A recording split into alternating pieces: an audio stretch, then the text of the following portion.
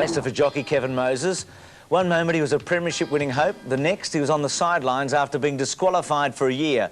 Along with Jim Cassidy and Gavin Eads, Moses was one of the casualties of the so-called Jockey Tapes inquiry in New South Wales. Tim Wharton spent some time with Kevin as a former leading jockey came to terms with life without racing.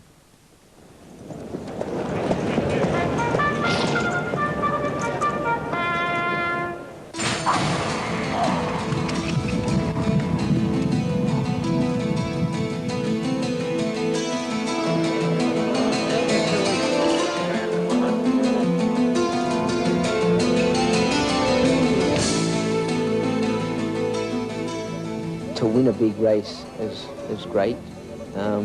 Just to win a normal race anywhere, just to win a race is good. Just to ride in a race, that's even exciting. Horse racing, the sport of kings. For the past 25 years, this has been Kevin Moses' life. The colour, the excitement, the thunder of hooves, the crack of the whip, the thrill of winning.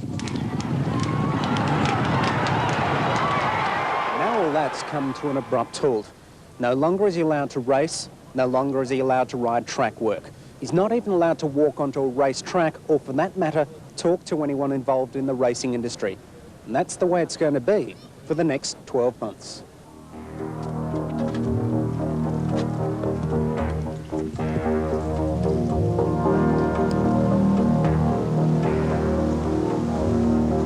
April the 11th, 1995. Will be a day that Kevin Moses will long remember. For it was on that day the 41-year-old became a casualty of the infamous Jockey Tapes inquiry. The premiership-winning hoop outed for a year on charges relating to a tipping scam. What was going through your mind as you were sitting there and the steward said you're out for 12 months? Well, I couldn't believe that it could happen, but it happened, and it's just a thing that I've just got to get over. You know, when you were sitting there, you know, did it hit you like a hammer, or? Well, when he first, before, actually a funny thing, before I got it, before I went in, I was told that I was going to get it. So I more or less knew what was happening before I went in. But I couldn't believe that it was going to happen. Where's your jumper?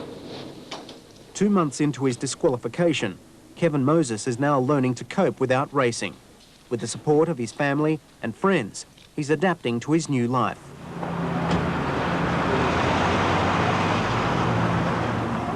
Well, I'm enjoying myself a little bit more and doing different things that I've never been able to do before. It happened right in the school holidays, and I was able to spend a bit of time with the kids, go away with them, and yeah, it's... just being with the kids made it, you know, I kind of forgot what was happening. It was a long time ago. Occasionally, there are pangs of bitterness. The slur on his character created by the disqualification hurting not only Kevin, but his greatest supporter, his wife, Jenny. It does hurt because I know that he really hasn't done anything really bad. He hasn't hurt another person, or he hasn't done anything to hurt anyone. And I think the image that this has brought is hurtful, that people might get the wrong idea. Where am I going with them? Right down the front.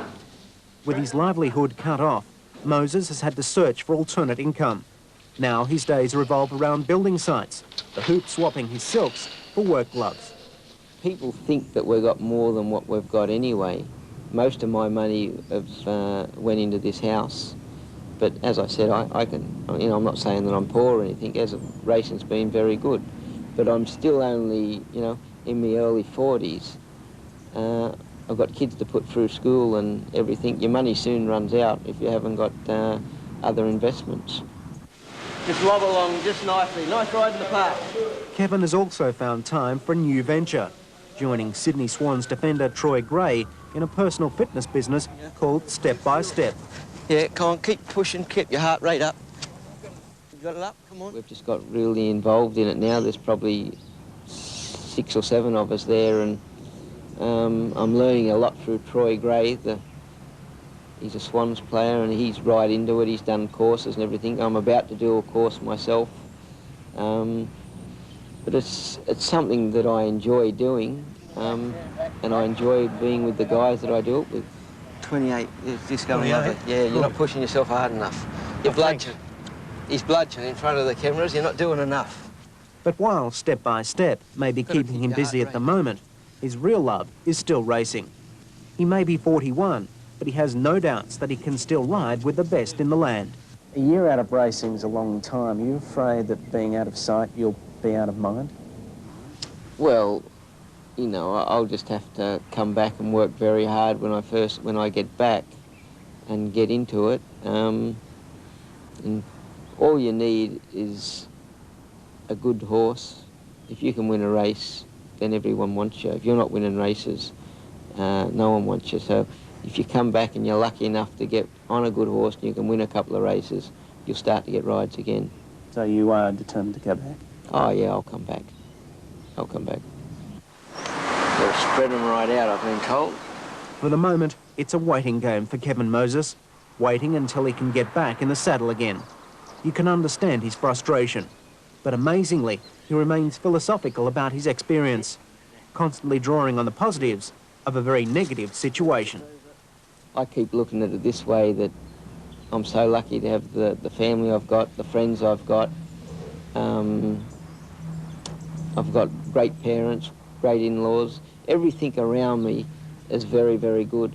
And then since this has happened, there's been a bomb in America where so many kids were killed, and there's the earthquakes, and I just feel that I'm lucky with what I've got, and so I'll just keep poking along and keep wearing away at it.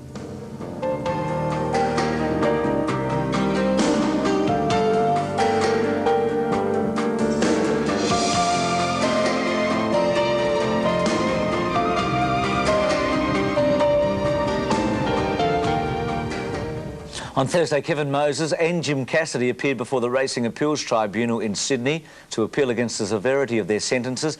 Both cases have been adjourned until August. Gavin Eads appealed to the AJC committee against his sentence.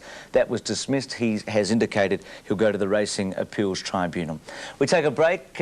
After the break, two of Australia's chances at the World Athletics Championships.